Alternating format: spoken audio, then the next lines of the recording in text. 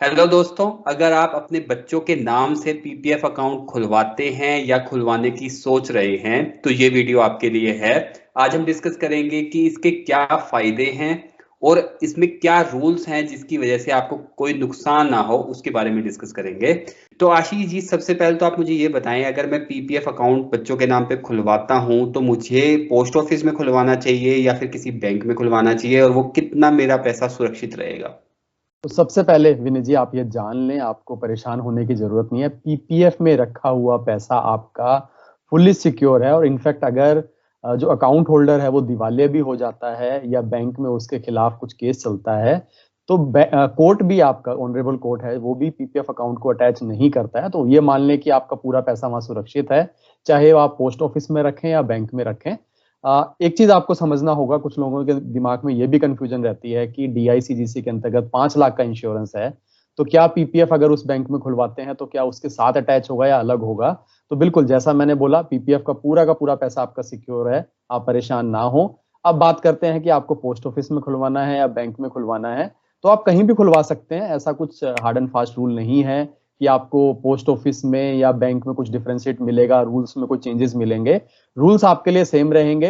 अगर आप सर्विसेज बेहतर चाहते हैं तो बैंक की तरफ रुख कर सकते हैं, विनय जी। बहुत बढ़िया आशीष। तो यहाँ पे अगर मैं जैसे अकाउंट खुलवाता हूँ तो मुझे क्या क्या डॉक्यूमेंटेशन चाहिए होंगे और मैं कितना पैसा जमा करवा सकता हूँ इसके अंदर? अभी हम ये भी डिस्कस करेंगे विनय जी, वो कौन से 5 रूल हैं जिसकी नॉलेज के अभाव में हम पीपीएफ अकाउंट में कुछ गलतियां कर बैठते हैं अगर हम बच्चे के नाम पे अकाउंट खुलवाते हैं, और हमें कुछ इंटरेस्ट का भी नुकसान होता है। तो बिल्कुल, अगर हम डॉक्यूमेंटेशन की बात करें तो आपको अपने बच्चे की एक फोटो चाहिए होगी, पासपोर्ट साइज फोटो की अगर हम बात करें। इसके अलावा उनका एज प्रूफ चाहिए होगा, उम्र प्रमाण पत्र आपको देना होगा। अभिभावक की केवाईसी, अगर आप फादर या मदर की बात करें, उनके साथ बच्चे का, अगर 18 साल से कम की अगर आयु है तो उनके साथ अटैच होकर अकाउंट खुलेगा। तो फादर या मदर की केवाईसी डॉक्यूमेंट्स, अगर हम एड्रेस प्रूफ, पैन नंबर, ये आपका साथ में लगता है, विनय जी। अब बात करते हैं दूसरे, कितना पैसा जमा करवा सकते हैं। तो बिल्कुल, इस पीपीएफ अकाउंट में आपको जो मिनिमम जमा करवाना है वो 500 रुपए साल का जमा करवाना ही है, नहीं तो आपको पेनल्टी लग जाती है। और अधिकतम इसमें जो आप जमा करवा सकते हैं वो 1.5 लाख रुपए जमा करवा सकते हैं। 1.5 की अभी लिमिट रखी गई है गवर्नमेंट ऑफ इंडिया के द्वारा। हालांकि इस 1.5 लाख में कुछ एक टर्म्स एंड कंडीशन है जो भी हम डिस्कस करेंगे, जिसके नॉलेज के अभाव में हम नुकसान कर बैठते हैं। अब बात करते हैं एज लिमिट की, विनय जी। तो एज के स्पेसिफिक पीपीएफ अकाउंट में कोई लिमिट नहीं रखी गई है। आप बच्चे के नाम से किसी भी एज में अकाउंट खुलवा सकते हैं। और जैसा मैंने अभी थोड़ी देर पहले बताया था, आप एक पेरेंट के साथ ही पीपीएफ अकाउंट खुलवाएंगे, और जैसे ही बच्चा आपका 18 साल का हो जाता है तब वो खुद से अकाउंट को ऑपरेट कर सकता है। और आपको जान के खुशी होगी विनय जी, 15 साल का जो लॉकिंग पीरियड रहता है, जैसे ही वो खत्म होता है, और बच्चे के लिए एक गिफ्ट की तरह यूज होता है कि जैसे ही 15 साल पूरे होंगे पीपीएफ अकाउंट के, उसके बाद आपका बेटा या बेटी उसको 5 साल के ब्लॉक में आगे एक्सटेंड कर सकते हैं, और उसकी कोई लिमिट नहीं है। आप कितनी बार भी उसको 5 साल के लिए एक्सटेंड करें। तो आपका बच्चा जब मेच्योर होगा, 18 साल से ऊपर होगा, जब जॉब करेगा या उसकी सैलरी आएगी, तो उसके लिए जैसा आपने 15 साल का लॉक इन आपको देखना पड़ा था, उसके लिए वो 5 साल का ही लॉक इन रह जाएगा, विनय जी। तो अब यहाँ पे जैसे मैं बच्चों के नाम पे पीपीएफ अकाउंट खुलवाता हूँ तो इसके क्या क्या फायदे होंगे, और ऐसे क्या 5 रूल कौन से हैं जिससे मुझे पीपीएफ के अंदर नुकसान ना झेलना पड़े? बिल्कुल विनय जी, जैसा हमने बोला, फायदा आपके सामने है कि जैसे ही वो मेच्योर होंगे, सैलरी उनके अकाउंट में आएगी तो उनका लॉक इन कम हो जाता है। और पीपीएफ में आपको कंपाउंड इंटरेस्ट मिलता है। इंटरेस्ट जो मिलता है वो टैक्स फ्री रहता है, और बिल्कुल मेच्योरिटी पे पूरा का पूरा पैसा जो आपका है वो टैक्स फ्री मिल जाता है। और अभी हम ये भी जानेंगे, जब आपको प्रॉब्लम हो, किसी दुविधा में हो, तब आप पैसा कैसे निकलवा सकते हैं, क्योंकि ये भी एक इंपॉर्टेंट फैक्टर रहता है, विनय जी। तो 5 रूल्स की अगर हम बात करें तो आपको ये बिल्कुल जानना चाहिए ताकि आपका कुछ नुकसान ना हो। नंबर 1 रूल जो आपको रहेगा, आप टोटल, जो पहले एक लिमिट थी कि 12 कंट्रीब्यूशन ही साल में कर सकते हैं, अब उसको हटा दिया गया है।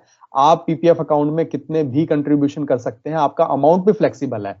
जरूरी नहीं है कि आपको एक ईयर में, अगर आपने मान लो 1 लाख का इन्वेस्टमेंट किया है तो आपको हर साल 1 लाख का करना है, ऐसा नहीं है। मिनिमम आपको 500 रुपए का करना है और मैक्सिमम आपको 1.5 लाख का करना है। इसके बीच में किसी भी साल, किसी भी महीने आप कितना भी पैसा जमा करवा सकते हैं और कितनी बार भी जमा करवा सकते हैं। बिल्कुल विनय जी, ये एक आपका रूल रहेगा। उसके बाद 80C का बेनिफिट आपको मिलता है पीपीएफ अकाउंट में, अगर आप बच्चे के नाम से भी अकाउंट खुलवाते हैं।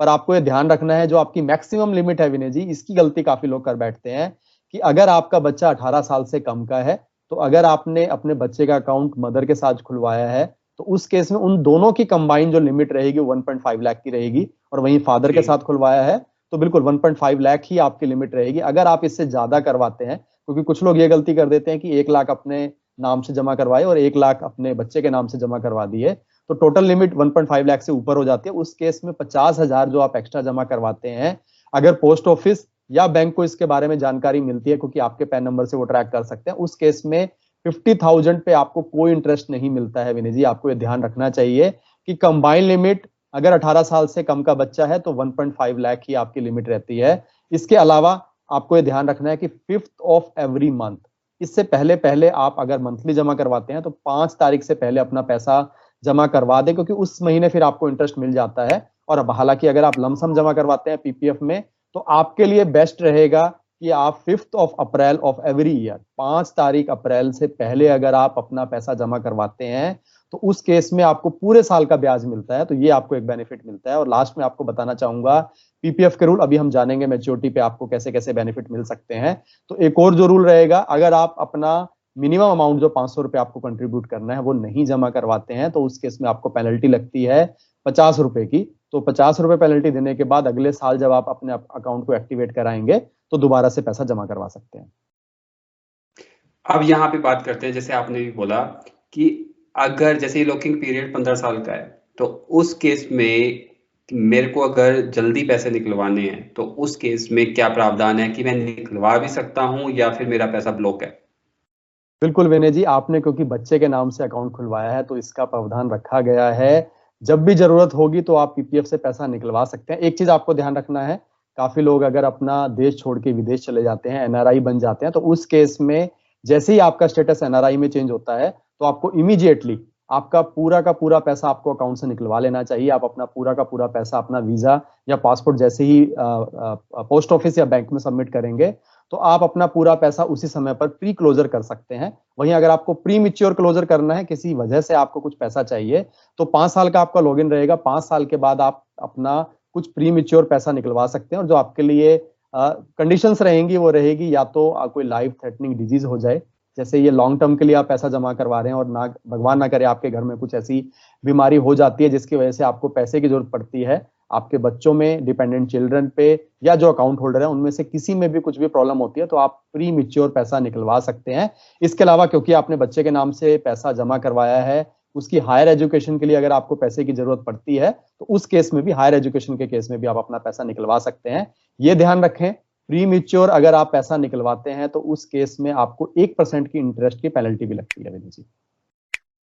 बहुत बढ़िया आशीष। तो दोस्तों ये वीडियो था बच्चों से रिलेटेड। अगर आप पीपीएफ अकाउंट खुलवाते हैं तो आपको क्या क्या फायदे या फिर रूल्स हैं। अगर आपका फिर भी कोई क्वेश्चन है तो कमेंट सेक्शन में लिख सकते हैं। आज का वीडियो हम यहीं खत्म करते हैं। धन्यवाद।